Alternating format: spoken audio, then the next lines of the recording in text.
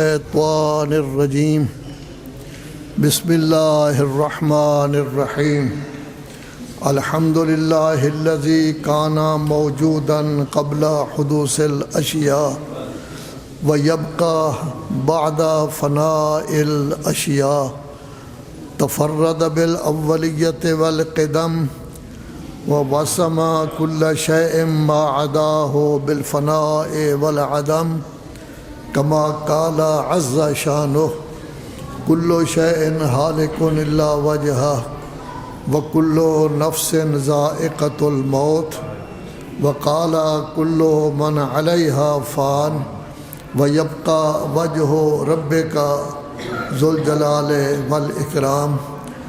خالق کائنات نے حضرت انسان کی پیدائش سے پہلے کائنات کو پیدا کیا تاکہ انسان کی ضرورت کی ہر چیز کائنات میں موجود ہو، اس کو کسی قسم کی تکلیف، اس کو کسی قسم کی زحمت نہ ہو، اس کا کھانا، اس کا پینا، پہننا، ٹھہرنا، رہائش، مکان، تمام چیزوں کی موجود ہوں اسباب، تاکہ ان سے یہ اپنے لیے آرام اور راحت مہیا کر سکے۔ بلکہ اللہ تبارک و تعالی نے سبزیوں، میوجات، جڑی بوٹیوں اور ان میں ایسی قوتیں رکھ دی ہیں کہ کوئی بیماری بھی انسان کو ہو تو اس بیماری کی نجات ان چیزوں سے ہو سکتی ہے۔ اللہ تبارک و تعالی نے اس کائنات کو اپنے قبضہ قدرت میں رکھا ہے۔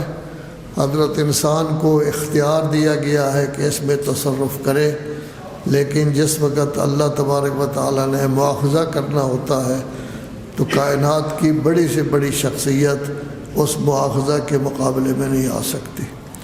حضرت انسان کو اللہ تبارک و تعالی نے عقل جیسی نعمت سے نوازا ہے۔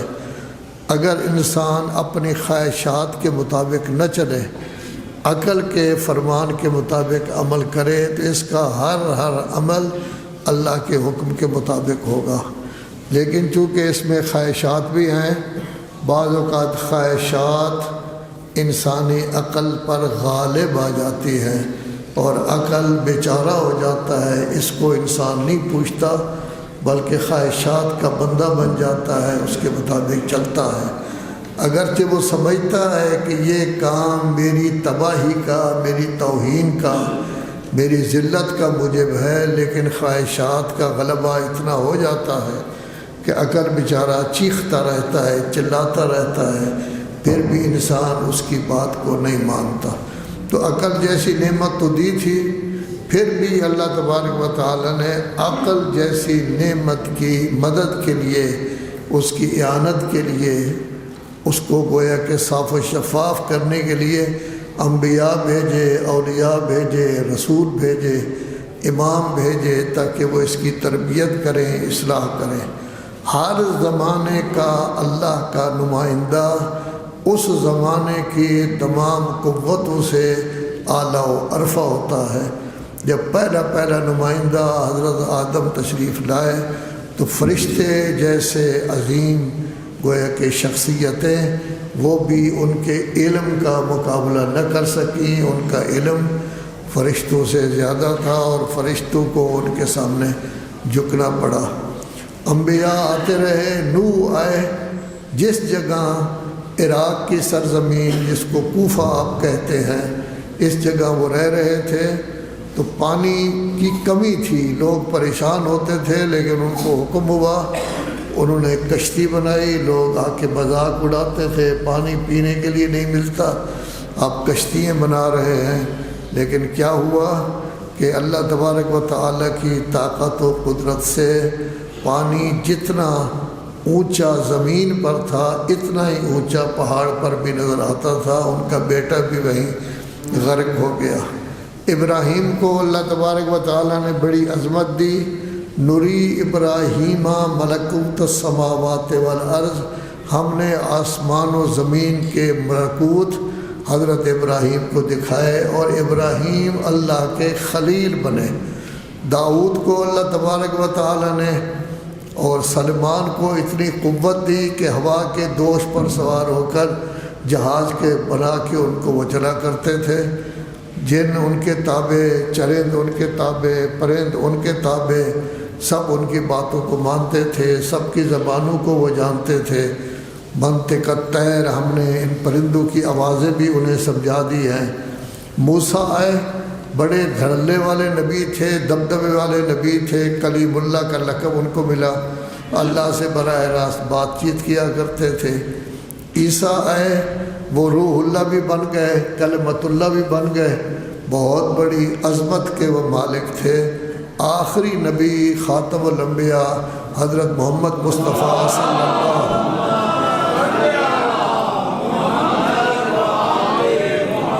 اللہ علیہ وآلہ وسلم تشریف لائے۔ یہ وہ نبی ہیں کہ جن کو نبوت کافی دنوں بعد، یعنی 40 سال بعد نبوت کا اظہار ہوا۔ تو پہلے صداقت کا کلمہ پڑھوایا، امانت کا کلمہ لوگوں نے پڑھا، عہد کی پاسداری لوگوں نے دیکھی، اور اس طرح کی چیزیں جب لوگوں کے ذہن میں آ گیا کہ اس وقت پوری انسانیت میں ٹاپ کی شخصیت یہی ہیں جن میں صداقت و امانت کے یہ مجسمہ ہے، تو اس صورت میں 40 سال بعد ان کو نبوت کا اعلان کرنے کے لیے کہا گیا۔ اب چونکہ یہ نبوت قیامت تک جانی ہے اور انسان بہت زیادہ ترقی کرے گا، جیسے 200-250 سال سے انسان ترقی کر رہا ہے، اب ترقی کرتے کرتے یہ کبھی چاند تک پہنچا ہے، کبھی مریخ تک پہنچا ہے، اب زحل پر پہنچنے کی جو ہے وہ کوشش کر رہا ہے انسان۔ لذا اللہ تبارک و تعالی نے ہجرت سے 1 سال پہلے سورہ بنی اسرائیل نازل کی۔ اس سورہ کا نام بنی اسرائیل بھی ہے، اس سورہ کا نام سبحان بھی ہے، اس سورہ کا نام اسراء بھی ہے، اور یہ سورہ 50ویں سورت ہے نزول کے لحاظ سے۔ تو 50ویں سورہ ہجرت سے 1 سال پہلے یہ نازل ہوئی، جس میں اللہ تبارک و تعالی نے اپنے نبی، آخر نبی کی عظمت کا بیان کرتے ہوئے یہ ارشاد فرمایا ہے کہ میں نے ان کو سیر کرائی رات کے وقت حتیٰ کہ معراج حاصل ہوئی۔ تو یہ معراج 1 سال پہلے، اگرچہ اختلافات ہیں لیکن عمومی یہی ہے کہ ہجرت سے 1 سال پہلے ہوئی ہے۔ یعنی لوگوں نے جتنی ترقی کرنی ہے اس سے بھی بہت زیادہ آگے رسول اللہ کو معراج کرا کے بتا دیا، اے ترقی کرنے والوں، جس قدر بھی ترقی انسان کر جائے تب بھی آپ عام انسان ہیں، لیکن حقیقی انسان، کامل انسان، خاتم الانبیاء حضرت محمد مصطفیٰ صلی اللہ علیہ وآلہ وسلم،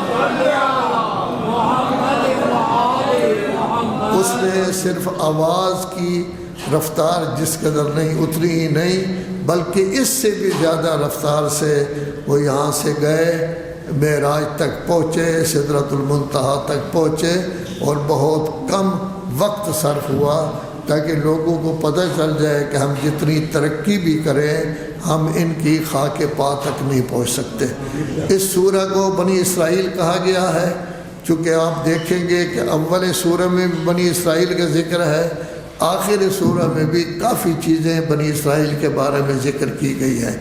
اس سورہ کو اسراء بھی کہا گیا ہے اس لیے کہ پہلا کلمہ اس کا ہے سبحان الذی اسریٰ بعبدہ، لذا اسراء کہا گیا ہے، رات کے وقت سیر کرانا۔ اس سورت کو سبحان بھی کہا گیا ہے چونکہ لفظ سبحان سورت کا پہلا لفظ ہے سبحان الذی اسریٰ بعبدہ، لیکن بعد میں جو روایات وارد ہوئی ہیں جن میں ان کی تفصیل بیان کی گئی ہے اس میں نام صرف بنی اسرائیل آیا ہے، باقی نام روایات میں نہیں۔ ویسے روایات میں آیا ہے کہ یہ نام بھی بولا گیا ہے، لیکن جب معصومین کی روایات آئی ہیں تو ان میں بنی اسرائیل کا تذکرہ کیا گیا ہے۔ اس سورہ میں اللہ تبارک و تعالی توحید کا بھی ذکر کر رہا ہے، نبوت کے دلائل دیے جا رہے ہیں کہ میرا نبی جن کو میں نے خاتم الانبیاء بنانا ہے اس کی نبوت کی دلیل کیا ہے۔ قرآن مجید کا تذکرہ بھی اس سورہ میں کیا گیا ہے، حتیٰ کہ یہاں تک کہا گیا ہے اس وقت کی لوگوں کی حالت کو دیکھ کر کہ میرے حبیب جب بھی آپ میرا تذکرہ کریں قرآن مجید میں اکیلا تو پھر لوگ بھاگ جاتے ہیں، بات سننے کے لیے تیار نہیں ہوتے، ساتھ کچھ ملا دیں تو ایسی صورت میں پھر لوگ جو ہے وہ خاموش ہو جاتے ہیں۔ تو گویا اللہ جو سب کا خالق ہے، سب کا مالک ہے، زندگی دینے والا ہے، موت دینے والا ہے، جس کے قبضہ قدرت میں ہے، کسی کو حکومت دے دے، کسی سے حکومت چھین دے، کسی کو عزیز بنا دے، کسی کو ذلیل بنا دے، کسی کو اولاد دے، کسی کو نہ دے، قبضہ قدرت میں جیسی کی ہے، سب کچھ اسی کے قبضہ قدرت میں ہے، اس کا انسان تذکرہ بہت کم کرتا ہے۔ جبکہ قرآن مجید میں بار بار کہا گیا ہے اذکر اللہ ذکرًا کثیرا، بہت زیادہ تذکرہ اللہ کا کیا کرو، حتیٰ کہ آپ لوگ آپ کے اذہان کے مطابق نہ ہوا تو پھر آپ باتیں کرتے رہیں گے کہ حافظ صاحب کیا کہہ رہے تھے، حتیٰ کہ لیٹین میں بھی اللہ کا ذکر کریں تو اس سے بھی منع نہیں کیا گیا کہ وہاں بھی بے شک اللہ کا ذکر کریں۔ تو ہر وقت اللہ کا ذکر، اللہ یہ چاہتا ہے میرا ذکر کرو۔ رسول اعظم صلی اللہ علیہ وآلہ وسلم سے کہا گیا ہے میرا ذکر کرو، کہ میرے حبیب میرا ذکر کرو اور ٹوٹ کے مجھے چاہو، تبتل الیہ تبتیلا، ہر چیز سے کٹ جاؤ، کسی کے ساتھ تمہارا رابطہ نہ ہو، میرا ہی ذکر کرو۔ یہ یہاں تک یہ کہا گیا ہے تاکہ اللہ کا ذکر کثیر ہو، لیکن اللہ کا ذکر کثیر نہیں ہوتا۔ ہمارا معاشرہ، ہمارا رواج، ہمارا طور طریقہ، ہمارا سلیقہ اتنا ہے کہ اللہ کے نام کا جب تذکرہ ہو تو لوگ کہتے ہیں خشک تقریر ہے، جب اور تذکرہ ہو تو پھر انسان جو ہے وہ لامحالہ خوش ہوتا ہے۔ تو اللہ بیچارہ دیکھتا رہتا ہے اور ہمارے جتنے کام ہیں وہ دوسری شخصیتیں کرتی رہتی ہیں، اللہ بیچارہ دیکھتا ہے پیدا کرنے والا میں، علم دینے والا ان کو میں، طہارت دینے والا میں، عصمت میں نے دی ہے، سب کچھ میں نے دیا، مجھے نہیں مانتے، صرف ان کو مانتے ہیں۔ تو اللہ کہتا ہے میرا ذکر جو ہے وہ زیادہ سے زیادہ ہونا چاہیے۔ تو اس میں قرآن مجید کا تذکرہ بھی ہے جس میں یہ کہا گیا ہے کہ قرآن مجید جس وقت آپ پڑھتے ہیں اگر اس میں فقط میرا نام آ جائے وَلَّوْا عَلَىٰ أَدْبَارِهِمْ نُفُورًا، نفرت کرتے ہوئے پشت پھیر کر لوگ بھاگ جاتے ہیں۔ تو آج کل ہمارا بھی یہی حال ہے کہ جب اللہ کا تذکرہ آ جائے لوگ اشکال کرتے ہیں کہ اللہ اکبر سے آپ اذان کیوں شروع کرتے ہیں؟ بے رسول اللہ کی اذان تو یہی تھی، بلال بھی اذان اسی طرح دیتے تھے۔ ہم نے اور ہمارے برادران اہل سنت نے اس میں بعد میں جو ہے صورتیں کئی شروع کر دی ہیں، وہ ناجائز نہیں ہیں، جائز ہیں، ان کو پڑھنا چاہیے، لیکن عادت بنائیں کہ اللہ کا ذکر سب سے پہلے ہو، بعد میں کسی اور کا جو ہے وہ ذکر ہونا چاہیے۔ اسی طرح اس سورہ میں معراج کا بھی تذکرہ ہے۔ سب سے بڑی چیز معاد جو انسان کو غلطیوں سے محفوظ بنانے کا ایک ذریعہ ہے وہ ہے معاد۔ معاد شروع ہو جاتی ہے موت سے۔ موت ہمیں یاد ہو تو ہم کبھی غلطی نہ کریں، اگر موت ہمارے ذہن میں ہو تو کبھی ہم سے خطا سرزد نہ ہو، ہم گڑبڑ نہ کریں، ہم خرابی نہ کریں، لوگوں پر ظلم نہ کریں، لوگوں کا مال نہ لوٹیں، ان کی توہین نہ کریں، ان کو ذلیل نہ کریں، صرف یہ کہ موت یاد ہو۔ لیکن ہم اکثر اوقات غافل ہوتے ہیں، جتنی عمر بھی ہو جائے پرواہ نہیں ہوتی کہ موت کب آنی ہے کب نہیں۔ جوان آدمی جو ہے وہ تو بہرحال کرے پرواہ نہ کرے، لیکن بوڑھے آدمی کو تو پرواہ کرنی چاہیے، لیکن ہم بوڑھے آدمی پرواہ نہیں کرتے۔ تو معاد کا بھی اس میں ذکر ہے۔ اس میں یہ بھی ذکر کیا گیا کہ میں نے انسان کو اختیار دیا ہے، اپنی مرضی سے کام کرے، بتا دیا ہے کہ اس راستے پر چلو گے تو جنت میں جاؤ گے، اس راستے پر چلو گے، بائیں دائیں کہا گیا ہے باقاعدہ، اس راستے پر چلو گے جہنم، لیکن میں نے اختیار دیا ہے، آزادی دی ہے، جیسے مرضی ہے آپ یہ کریں، اس کا جو ہے وہ کرتے رہیں۔ اسی طرح اس میں یہ کہا گیا ہے کہ حق کو پہچانو، حق کے مطابق عمل کرو، فضول خرچی سے بچو، کنجوسی نہ کرو، خودکشی نہ کرو، بچوں کو قتل نہ کرو، زنا نہ کرو، اس طرح کے کام، یتیم کا مال نہ کھاؤ، تکبر کبھی نہ کرنا، خون ریزی کبھی نہ کرنا، انسان کو اذیت نہ دینا، یہ ساری کی ساری چیزیں بیان کی گئی ہیں۔ اور اسی میں یہ بھی بیان کیا گیا ہے کہ دیکھو یہ قرآن تمہارے لیے شفا ہے، اندرونی بیماریوں سے بھی شفا دیتا ہے، ظاہری بیماریوں سے بھی شفا دیتا ہے، لیکن اصل یہ ہے کہ قرآن مجید کی طرف توجہ تو کرو، اسی سورہ کے دوسرے صفحہ میں یہ کہا گیا ہے کہ اگر قرآن مجید کو ہادی بنا لو، راہبر بنا لو، جیسے قرآن مجید فرما رہا ہے اسی طرح زندگی بسر کرو تو دنیا پر تمہاری حکمرانی ہوگی۔ آج ہم کیوں خراب ہیں، کیوں پریشان ہیں؟ اگر قتل و غارت ہو رہی ہے تو کشمیر میں وہ بھی مسلمانوں کا سلسلہ، فلسطین وہ بھی مسلمانوں کا، یمن میں 11-12 ملک مل کر حملہ کر رہے ہیں صرف بیچارے یمن پر، جس کے پاس تیل ہے نہیں، لذا مالیت نہیں ہے، ان کے پاس پیسے نہیں ہے، کھانے پینے کے لیے کچھ نہیں۔ اور افسوس یہ ہوتا ہے کہ مسلمان اس قدر اندھے ہو گئے ہیں کہ اگر وہ یمن کسی پر حملہ کرے تو مذمت کرتے ہیں کہ یمن نے کیوں حملہ کیا، اس کو تو چاہیے تھا خاموشی سے سر نیچے کر کے بیٹھا رہے تاکہ عرب اس پر حملے کرتے رہیں، اسے تباہ و برباد کرتے رہیں، وہ جواب دے دے تو اس کی مذمت ہوتی ہے۔ تو یہاں یاریاں دیکھی جاتی ہیں، دوستیاں دیکھی جاتی ہیں، تعلقات روابط دیکھے جاتے ہیں، کس کے پاس پیسے زیادہ ہیں، کس کے پاس کم ہیں، کون ہمیں پیسے دے سکتا ہے، کون نہیں دے سکتا، حق و باطل کا نام و نشان ہی نہیں۔ تو جب یہ حالت ہو گئی ہے مسلمانوں کی تو ذلت کی یہ انتہا ہے کہ حق و باطل کا نشان ہی نہیں ہے۔ وہ بیچارے پر 11 ملک مل کر حملہ کرے، ان کو کوئی نہیں کہتا حملہ نہ کرو، وہ بیچارہ اگر جواب دیتا ہے تو کہتے ہیں جی یہ گڑبڑ کر رہا ہے، جواب دے رہا ہے۔ جواب کیوں دے رہا ہے؟ تو گویا یہ ساری خرابیاں اس لیے پیدا ہو گئی ہیں کہ انسان اللہ سے دور ہو گیا ہے، انسان کو موت یاد نہیں ہے، انسان کو قبر یاد نہیں ہے، انسان کو قیامت جو ہے وہ یاد نہیں ہے۔ اس واسطے یہ قرآن مجید ایک ایسی کتاب ہے کہ جب آپ پڑھیں گے اس میں انصاف کا حکم ہوگا، اس میں عدل کا حکم ہوگا، اس میں یہ ہوگا کہ کمزور بھی ہو تب بھی اس پر ظلم نہ کرو، اس پر حکم ہوگا کسی کے گھر میں قبضہ کرنے کے لیے نہ جاؤ، کسی ملک پر حملہ نہ کرو، کسی شہر پر حملہ نہ کرو، آپ کو کیا حق پہنچتا ہے، وہ ملک آزاد ہے، آپ کیوں گئے ہیں وہاں حملہ کرنے، یہ قرآن مجید بتاتا ہے۔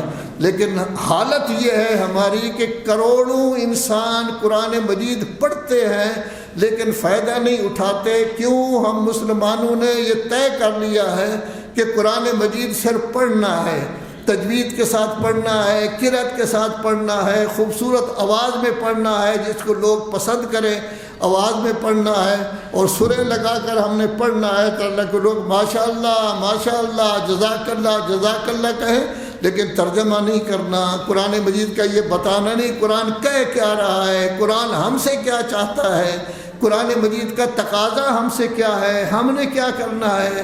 قرآن ہمارا آئین ہے، دستور ہے، قانون ہے، ہم نے اس پر عمل کرنا ہے، لیکن یہ ہے کہ قرآن مجید کا ترجمہ نہیں۔ اور اس گویا کہ صورتحال یہ ہے کہ اس میں کوئی فرق نہیں ہے، کسی جگہ بھی چلے جائیں، سنی ہوں، شیعہ ہوں، وہابی ہوں، دیوبندی ہوں، سب کچھ ہے، قرآن مجید کا ترجمہ نہیں ہے۔ بچے ہمارے پڑھتے ہیں اسکولوں میں، انگلش میڈیم میں پڑھیں تب بھی ہر چیز سمجھائی جاتی ہے، ہر لفظ کی پہچان، اردو والے میں پڑھیں تب بھی پڑھائے جاتے ہیں، لیکن کہتے ہیں قرآن کے ترجمے کی ضرورت نہیں، خود بڑا ہو کر پڑھ لے گا۔ وہ بندہ خدا بڑا ہو کر کیسے پڑھ لے گا؟ استاد کے بغیر بھی کبھی قرآن پڑھ سکتا ہے، استاد کے بغیر بھی کبھی کوئی سمجھ سکتا ہے؟ پھر تو ان کا قول صحیح ہو جائے گا نا جنہوں نے کہا تھا حسب اللہ کتاب اللہ، اللہ کی کتاب ہمیں کافی ہے۔ تو جب ترجمہ ہی نہیں پڑھتے، اپنی اولادوں کو نہیں پڑھاتے، خود نہیں پڑھتے، جانتے ہی نہیں ترجمہ کیا ہے کیا نہیں، تو ہمارے لیے کیا فرق پڑتا ہے قرآن کیا کہتا ہے کیا نہیں؟ صرف لک لسانی ہے، زبان سے ہم پڑھ رہے ہیں، ویسے ہمیں پتہ ہی نہیں ہے کہ قرآن مجید کیا کہتا ہے کیا نہیں۔ لیکن اگر قرآن مجید کو پڑھو، یہی سورہ فاتحہ جس کو ہم جہاں بھی کسی کی میت واقع ہو جائے سورہ فاتحہ، حالانکہ آپ عراق میں چلے جائیں، ایران میں چلے جائیں، عرب ممالک میں چلے جائیں، وہ فاتحہ پڑھتے ہیں شفا کے لیے، بیمار کے پاس جا کے فاتحہ پڑھتے ہیں۔ اگر آپ بیمار کے پاس جا کے سورہ فاتحہ کریں تو لڑائی شروع ہو جائے گی کہ بیمار ہے وہ تو آپ مارنے کے لیے آئے ہیں، آپ پڑھ رہے ہیں، لیکن وہ بیمار کے لیے ہوتا ہے، شفا کے لیے ہوتی ہے۔ روایات یہ کہتی ہیں 7 دفعہ سورہ فاتحہ پڑھو تو بیمار کو شفا ہو جائے گی۔ روایات یہ کہتی ہیں مرنے کے بالکل قریب ہو، ڈاکٹر سارے متفق ہو جائیں کہ ابھی چند منٹ میں یہ مر جائے گا، 70 دفعہ سورہ فاتحہ پڑھو، لیکن سمجھ کر، یہ سوچ کر کہ سورہ فاتحہ میں ہے کیا، اس کے مطالب کیا ہیں، اللہ تبارک و تعالیٰ کیا فرما رہا ہے، سوچ سمجھ کر اگر پڑھو، 70 دفعہ اگر پڑھو، اگر مردہ بھی اپنی قبر سے اٹھ جائے تو تعجب نہ کرنا، کیونکہ سورہ فاتحہ کی یہ عظمت ہے۔ ہم نے سورہ فاتحہ کو موت کے لیے بنا دیا ہے کہ اس کے لیے پڑھنا ہے۔ موت کے لیے یہ کہا گیا ہے کہ یا آپ انا للہ و انا الیہ راجعون پڑھیں۔ روایات میں ہے 11 دفعہ آپ سورہ قل هو اللہ پڑھیں۔ میت کی قبر پر جائیں یا کوئی فوت ہو جائے تو 11 دفعہ قل هو اللہ پڑھیں۔ بعض روایات میں ہے کہ 3 دفعہ آپ سورہ انا انزلنا پڑھیں، جس میں یہ ہے کہ سب کچھ اللہ کے قبضہ قدرت میں ہے۔ لیکن یہ رواج ہے ہمارا کہ ہم نے فاتحہ کہا ہے اور فاتحہ پڑھتے ہیں، میت کے لیے پڑھتے ہیں، حالانکہ یہ شفا کے لیے ہے۔ تو قرآن مجید کو سمجھ کر اگر آدمی پڑھے تو یہی قرآن مجید شفا ہے، اسی قرآن مجید سے شفا ہوتی ہے۔ آپ بے شک بسم اللہ الرحمن الرحیم کا ترجمہ کریں۔ اسم کا معنی کیا ہے؟ نام اللہ رحمان رحیم۔ پھر تھوڑی دیر سوچیں کہ اس سے پیغام مجھے کیا مل رہا ہے۔ پیغام یہ ملے گا قبضہ قدرت جس میں ہے وہ صرف اللہ ہی ہے، اللہ ہی کے قبضہ قدرت میں تمام چیزیں ہیں، وہی خالق ہے، وہی صحت دینے والا ہے، مرض دینے والا ہے، ذلیل کرنے والا ہے، عزت دینے والا ہے۔ اور پھر ہم اگر دنیا میں موجود ہیں تو اللہ کی رحمت کی بدولت ہوا 1 سیکنڈ کے لیے بند ہو جائے تو ہم ختم ہو جائیں گے۔ اسی طرح اگر اللہ کی رحمت 1 سیکنڈ کے لیے جدا ہو جائے تو ہم سینکڑوں آدمی جو بیٹھے ہیں وہ بھی ہم برقرار نہیں رہیں گے۔ تو جب یہ آپ کر لیں گے، ہاتھ دعا کے لیے بلند کریں، کان سے بھی ہاتھ اوپر کریں، دعا کریں، اللہ تبارک و تعالیٰ آپ کی ہر پرابلم کو، خواہ وہ جسمانی ہو تب بھی دور کرے گا، اور اگر وہ روحانی ہو تو تب بھی وہ دور کرے گا۔ لیکن سمجھ کر ایک ایک سطر، آدھی آدھی سطر سمجھ کر اگر آپ پڑھتے رہیں، اور اللہ اس لیے کہتا ہے، فرماتا ہے مجھ سے مانگو، دعا کرو، طلب کرو، اپنی حاجت مجھ سے طلب کرو، حاجتیں پورے کرنے والا میں ہوں، لبیک کہنے والا میں ہوں، آپ کی دعا قبول کرنے والا میں ہوں۔ لیکن ہم تو دعائیں پڑھتے ہیں، مانگتے نہیں۔ جو طریقہ ہمارا ہے یہ پڑھنے کا طریقہ ہے، مانگنے کا نہیں۔ تو بہرحال قرآن مجید یہ خود کہتا ہے وَنُنَزِّلُ مِنَ الْقُرْآنِ مَا هُوَ شِفَاءٌ، ہم نے قرآن مجید اتارا ہے، اس میں شفا ہے، رحمت ہے مومنین کے لیے۔ تو قرآن خود کہہ رہا ہے کہ جسمانی بیماریوں کو بھی یہ ختم کرتا ہے اور دوسری بیماریوں کو بھی یہ ختم کرتا ہے۔ تو یہ سورہ بنی اسرائیل، اس میں سب سے پہلے معراج کا تذکرہ کیا گیا ہے، اور یہ 1 سال پہلے ہجرت سے یہ سورہ کا نزول ہوا ہے۔ 50ویں سورت ہے جس میں ذکر کیا گیا ہے، اس میں فقط یہی ذکر کیا گیا ہے کہ پاک ہے، منزہ ہے تمام خرابیوں سے وہ ذات جس نے رات کے وقت سیر کرائی اپنے عبد کو، رات کے وقت سیر کرائی۔ اور یہاں یہ نہیں کہا اپنے حبیب کو، یہاں یہ نہیں کہا انبیاء کے سردار کو، یہاں یہ نہیں کہا کہ محمد صلی اللہ علیہ وآلہ وسلم، بلکہ ان کی عظمت جس میں ہے وہ عبدیت میں ہے۔ اس واسطے آپ جب کہتے ہیں تشہد میں اشہد ان محمدن عبدہ و رسولہ، رسالت بعد میں ہے، عبدیت پہلے ہے۔ میں نے بارہا قرآن مجید سے ذکر کیا ہے، جتنے بڑے بڑے معاملات ہیں وہاں جب رسول اعظم صلی اللہ علیہ وآلہ وسلم کو مخاطب کیا گیا ہے تو عبد کہہ کر اپنے عبد کو سیر کرائی۔ کس نے؟ اللہ نے۔ رسول اللہ خود نہیں گئے، اپنی طاقت و قوت سے نہیں گئے، براق کی قوت سے نہیں گئے۔ اللہ کہہ رہا ہے کہ میں نے سیر کرائی ہے اپنے نبی کو، اور مسجد الحرام سے۔ اب اس کے بعد ہے مسجد اقصیٰ۔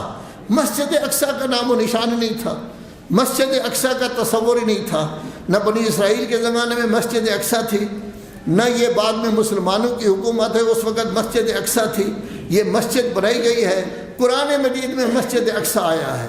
تو جب قرآن مجید میں مسجد اقصیٰ آیا ہے تو مسلمان زیادہ تر جو ہے وہ اس طرف چلے گئے ہیں کہ یہاں سے مسجد الحرام سے وہ گئے مسجد اقصیٰ تک، یعنی مشہد مقدس، مشہد مقدس کہہ رہا ہوں، بیت المقدس۔ بیت المقدس عام طور پر کہا جاتا ہے، لفظ ہے بیت المقدس کہ بیت المقدس، لیکن یہاں یہ نہیں کہا گیا کہ بیت المقدس میں گئے، مسجد اقصیٰ کہا گیا ہے۔ اصل میں اسلام ہمیں یہ بتاتا ہے کہ یہ آپ کا خانہ کعبہ اس طرح خانہ کعبہ ہے کہ وہاں سے لے کر زمین کے آخری حصے تحت الثری تک خانہ کعبہ کی آپ جڑیں سمجھ لیں، وہاں تک یہ خانہ کعبہ جاتا ہے۔ اور پھر بتایا گیا ہے کہ یہ خانہ کعبہ آپ کا اوپر سے یہ چلا جاتا ہے سیدھا سدرۃ المنتہا تک، یہ جہاں تک بھی تصور کیا جا سکتا ہے وہاں تک چلا جاتا ہے۔ اسی واسطے ہوائی جہاز میں بھی آپ نماز پڑھ سکتے ہیں، حالانکہ ہوائی جہاز میں پڑھیں گے تو وہ تو سینکڑوں میٹر جو ہے وہ زیادہ دور ہوگا اس سے، تو پھر بھی آپ نماز پڑھ رہے ہیں۔ اسی طرح آپ بحری جہاز میں ہوں، غوطے کھا رہے ہوں، دریا کی اندر ہوں، تب بھی آپ نماز پڑھیں تو تب بھی آپ کی ٹھیک ہے، کیونکہ نیچے بھی کعبہ ہے، یہ کعبہ اتنا نہیں۔ تو اصل اوپر ہے بیت المعمور، یہ بیت المعمور کی سیدھ میں نیچے خانہ کعبہ ہے۔ تو گویا کہ خانہ کعبہ وہ ہے جس کی طرف ہم منہ کر کے نماز پڑھتے ہیں، لیکن اس کا سلسلہ تعت الثری تک ہے، دوسرا بیت المعمور تک ہے۔ تو گویا مطلب یہ ہوا کہ یہ سارے کا سارا جتنا بھی ہے یہ نیچے سے لے کر اوپر تک خانہ کعبہ ہے، یعنی گویا مطلب یہ ہوا کہ خانہ کعبہ جو آپ کا زمین میں ہے، اس سے لے کر آسمانوں کی بلندیوں میں جو بیت المعمور ہے، اس تک ہر جگہ جو ہے وہ سجدہ کیا جا سکتا ہے۔ تو در حقیقت مراد تھا بیت المعمور، لیکن ہم سارے ٹھل گئے اس طرف اور ہم نے اس کو مسجد اقصی بنا لیا ہے، حالانکہ اس وقت مسجد اقصی کا نام ہی نہیں تھا۔ قرآن مجید نے کہا ہے، ہم نے اس کو بیت المقدس کا بنا دیا ہے۔ تو بہرحال بیت المقدس ہو تب بھی فرق نہیں پڑتا۔ اس سورہ میں یہی بیان کیا گیا ہے کہ بیت المقدس، لیکن سورہ نجم میں پورا معراج کا تذکرہ کیا گیا ہے۔ تو اصل یہ مسجد اقصی یہ مراد نہیں، بلکہ مسجد وہ بیت المعمور جو خانہ کعبہ کے بالمقابل بہت زیادہ اوپر موجود ہے، وہی مراد لیا گیا ہے، یعنی جو اللہ تبارک و تعالیٰ کی طرف سے معین کردہ مسجد ہے جس پر آپ سجدہ کر رہے ہیں، جس کی طرف وہ خانہ کعبہ ہو یا بیت المعمور ہو، تو اپنے نبی کو، اپنے عبد کو سیر کرائی مسجد حرام سے لے کر مسجد اقصی یعنی بیت المعمور تک، جہاں تک جو ہے سجدہ کیا جا سکتا ہے۔ تو گویا یہ خود آیت اشارہ ہو جائے گی اس بات کی کہ صرف مسجد اقصی بیت المقدس تک نہیں، بلکہ یہ گویا کہ آسمانوں میں جو بیت المعمور ہے وہاں ہو۔ بالفرض اگر کوئی اس کو تسلیم نہ کرے تب بھی فرق نہیں پڑتا، یہ کہا جائے گا پہلا پڑاؤ مسجد اقصی میں تھا، چونکہ یہ بھی مرکز ہے، بہت بڑے انبیاء آئے ہیں، حضرت ابراہیم، دوسرے انبیاء، حضرت لوط وغیرہ اسی جگہ آئے ہیں، یہاں نمازیں بھی پڑھائی ہیں ان کو، اور اس کے بعد آسمان کی طرف چلے گئے۔ سب سے اوپر جو ہے وہ عیسیٰ صاحب سے ان کی ملاقات ہوئی۔ تو ظاہر ہے کہ یہ ساری چیزیں اگر لے تب بھی ٹھیک ہے۔ اس کے بارے میں کہا گیا ہے کہ ہم نے اس ماحول کو بھی برکت بنا دیا ہے۔ ہم کیوں لے گئے؟ اس لیے لے گئے تاکہ ہماری نشانیوں کا یہ مشاہدہ کرے، ہماری آیات کا مشاہدہ کرے۔ جب نبی ہیں تو جتنی نشانیاں ہیں، کلیم اللہ فقط طور پر کھڑے ہو کر اللہ سے بات کیا کرتے تھے، عیسیٰ روح اللہ بنے، کلمت اللہ بنے، لیکن رسول اعظم صلی اللہ علیہ وآلہ وسلم کو اللہ نے اس قدر عظمت دی کہ وہ یہاں سے مسجد الاقصی اگر یہ لیں، نہیں تو بیت المعمور ہے وہاں تک گئے، پھر سدرۃ المنتہا تک گئے۔ اب جبرائیل جو ساتھ ساتھ تھا، تھوڑا سا حضور کو حوصلہ بھی تھا کہ میرے ساتھ جبرائیل موجود ہے۔ جب وہاں پہنچے تو جبرائیل نے کہا لو دنو تو ان مولتن لا ترک، تو یہ ایک پورا جو ہوتا ہے اگر اتنا آگے بڑھوں میں جل جاؤں گا، میں تو نہیں جا سکتا۔ آگے رسول اللہ جو ہے وہ خود گئے، تو اتنا بڑا کرا کے کیوں؟ لقد رأى من آیات ربہ الکبریٰ، یہاں بنی اسرائیل میں کہا گیا تھا لنُرِیَہُ مِنْ آیاتنا، تاکہ اپنی نشانی ہم آپ کو دکھائیں، آیات دکھائیں۔ لیکن وہاں جب پہنچے وہاں کیا کہا گیا؟ لقد رأى، حضرت نے وہاں جا کے مشاہدہ کیا، دیکھا، من آیات ربہ الکبریٰ، اپنے رب کی وہ بڑی بڑی آیات جو دنیا میں نہیں دیکھ سکے تھے، وہ وہاں سدرۃ المنتہا سے آگے جا کر دیکھے، تو اپنے عالم کا مشاہدہ کرایا، ان آیات کو بھی دکھایا، ان آیات کو بھی دکھایا، بات چیت بھی کی۔ اس کے بعد ایک کلمہ کہا گیا ہے اوحا الی عبدہ ما اوحا، کہ اللہ تبارک و تعالیٰ نے اپنے عبد کو وہاں وحی کی، جس میں درمیان میں جبرائیل موجود نہیں تھا، براہ راست وحی تھی، ما اوحا، جو وحی کی۔ اب وہ کیا وحی تھی کیا نہیں تھی، وہ قرآن مجید کی دوسری آیات سے یہ پتہ چلتا ہے۔ تو گویا اللہ اپنے عبد خاص کو، جو تمام انبیاء کا سردار ہے، انسانیت میں سب سے بڑا درجہ ان کا ہے، کوئی نبی کوئی ولی ان کے درجے کے برابر نہیں۔ اللہ نے خود اس کو سیر کرائی ہے اور اوپر اتنا زیادہ لے گیا ہے کہ وہاں جبرائیل جیسا فرشتوں کا سردار بھی آگے جانے کی جرت نہیں کر سکتا۔ اور وہاں جس وقت گیا ہے لَقَدْ رَأَىٰ مِنْ آیَاتِ رَبِّهِ الْكُبْرَىٰ، یہ ان کی عظمت ہے، لیکن یہ عظمت ایسی تھی، حسن بصری صاحب بھی کہتے ہیں کہ وہ خواب میں تھا، حضرت عائشہ بھی یہ کہتی ہیں کہ خواب میں تھا، لیکن باقی ساری دنیا یہ کہتی ہے کہ یہ جسمانی طور پر تھا، روحانی طور پر تھا۔ صرف خواب میں تو آپ بھی جا سکتے ہیں، خواب میں بھی جا سکتا ہوں، معراج کر سکتا ہوں، یہ تو کوئی بڑی بات نہیں ہے۔ تو اللہ تبارک و تعالیٰ کہہ رہا ہے آپ یہ نہ سوچیں کہ رسول اللہ کیسے گئے، کہ رسول اللہ میں اتنی طاقت پائی جاتی ہے۔ اللہ کہتا ہے میں لے گیا ہوں، اللہ لے جانے والا ہے۔ اب اللہ کی طاقت